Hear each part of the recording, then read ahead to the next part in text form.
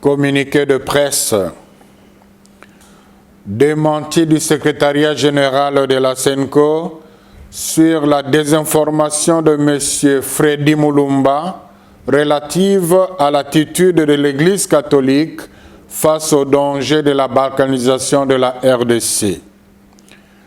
Le secrétariat général de la SENCO a suivi avec indignation les propos du journaliste Freddy Mulumba, analyste politique et ancien DG de la RTNC, dans son interview à Africa Flash, ce jeudi 14 novembre 2024, publié dans YouTube, accusant l'Église catholique de jouer le jeu des étrangers qu'il appelle à d'autres occasions les impérialistes, en demeurant silencieuse face à la menace de la balkanisation de notre pays.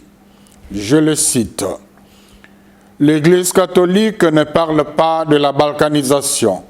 Ils sont ailleurs. Tout le temps, c'est critiquer Félix Tshisekedi, attaquer le pouvoir. Propos à peine croyables de la part d'un scientifique de son rang, s'il faut considérer son diplôme. Et ce n'est pas la première fois qu'il fait de telles déclarations. Considérant l'audition dont jouit ce journaliste perçu comme un des spécialistes de l'insécurité à l'est du pays, la SENCO ne peut pas laisser les milliers de compatriotes consommer cette désinformation alors que la vérité est à la portée de tout le monde. C'est ce que nous voulons démontrer maintenant. Comment reprocher à l'Église catholique de ne pas dénoncer le danger de la balkanisation alors qu'il n'y a pas une Église qui a fait autant qu'elle au niveau national et international pour dénoncer cela? Les preuves sont nombreuses. Nous nous limiterons aux faits les plus significatifs. Tenez, tout Congolais qui a plus de 25 ans ayant une bonne mémoire se souviendra que le 1er août 2012, la SENCO a organisé une marche contre la balkanisation de notre pays. Dans toutes les provinces, beaucoup de compatriotes non catholiques nous ont rejoints dans cette manifestation.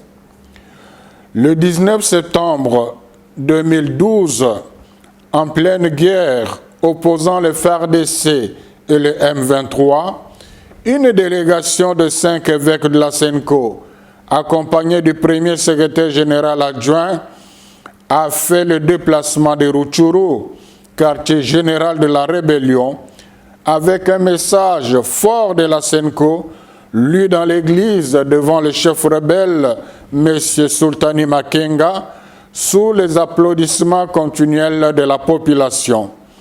Message dénonçant les velléités de la balkanisation et invitant les rebelles au dialogue avec le pouvoir.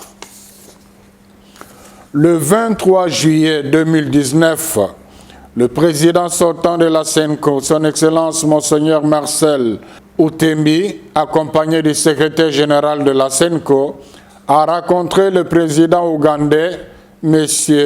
Yoweri Museveni, en présence du président de la conférence épiscopale ougandaise, entre autres pour l'interpeller sur la présence et les exactions des ADF NALU dans notre pays. Le 11 août 2022, à l'issue d'une visite à l'est de notre pays, le cardinal Fridolin Ambongo a lancé un appel pressant à la conscience nationale face à la tentative de la balkanisation de notre pays en ces termes. Le risque de la balkanisation que nous avons dénoncé devient de plus en plus une réalité. Beaucoup d'autres évêques, dont Monseigneur Uringi, évêque de Bunia, cité dans l'interview susmentionnée, ont souvent aussi dénoncé le danger de la balkanisation dans leur diocèse. Malheureusement, en citant ces derniers, M. Freddy Mulumba fait croire que c'est un cas isolé qui n'est pas suivi par l'Église catholique.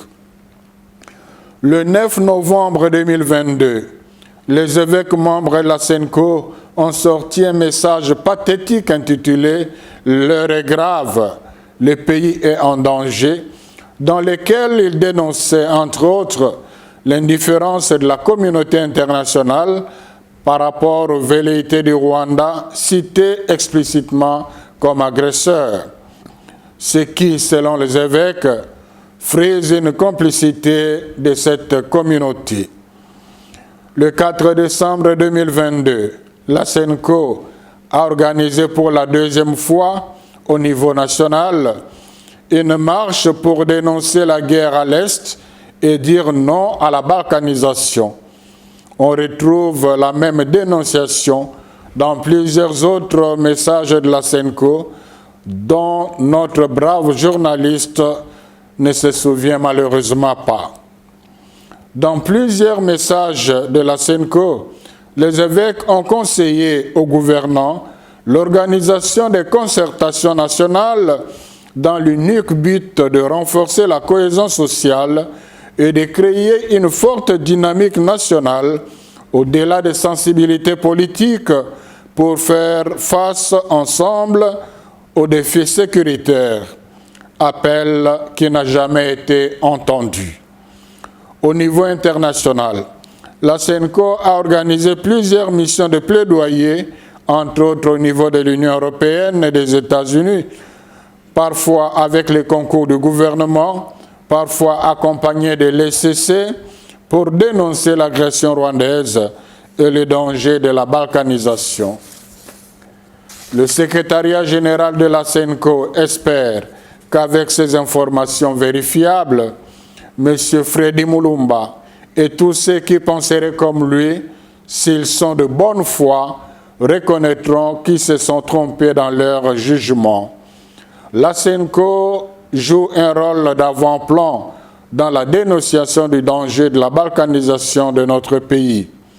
Aussi, ce n'est pas juste d'attribuer à la SENCO la vocation d'attaquer le pouvoir, oubliant tout ce que l'Église catholique fait pour améliorer les conditions de vie des Congolais et sa contribution à l'édification de la paix. L'Église catholique a toujours été et sera du côté du peuple. Elle ne se taira jamais tant que le peuple congolais ne vivra pas dignement. Que par l'intercession de la Vierge Marie, Notre-Dame du Congo, Dieu bénisse la RDC, ses dirigeants et son peuple. Je vous remercie.